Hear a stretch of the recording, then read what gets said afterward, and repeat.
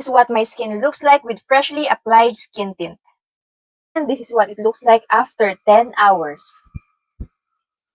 This is the Dazzle Me Acne Armor Cover and Correct Skin Tint. Meron ako ditong tatlong shades. Yellow Beige. This is Light Bone, Light Ivory. Pag-mix ko na lang tong light bone and light ivory. So this skin tint is specifically made for people with acne-prone skin since meron siyang skin-loving ingredients like salicylic acid, Centella asiatica, tea tree extract, and many more. And this is oil-free din pala guys, kaya very oily skin friendly siya. This also has SPF 35 PA++, kaya naman may extra protection ka din from the UV rays. Ano yung difference sa merong skin tint and sa wala? As you can see, it's very skin-like, almost like second skin. And traceless din siya. At the same time, na-cover niya yung blemishes ko and redness since meron siyang medium coverage. This is also weightless. Hindi ko na-feel na meron ako nilagay sa face ko. Sobrang nipis lang talaga ng lapat niya sa skin. Semi-matte pala yung finish niya. Also, this is non-comedogenic kaya acne-prone friendly siya. Actually, pwede siya for all skin types. Tapusin ko lang itong makeup ko and balikan ko kayo. Sinet ko lang yung face ko with powder and naglagay na rin ako ng blush.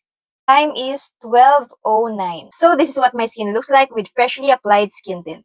It's 3:28 p.m. And this is what my skin looks like after 3 hours. So, kakauwi lang namin and it's 10:57 p.m. As a girly with an oily acne-prone skin, nagustuhan ko talaga tong Dazzle Me Skin Tint. As you can see, after almost 11 hours, hindi siya super nag-oil up. No hulas pa rin talaga siya.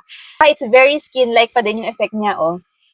Wipe ko siya with makeup remover para makita nyo na may makeup pa rin talaga ako. Ayan, oh. Diba?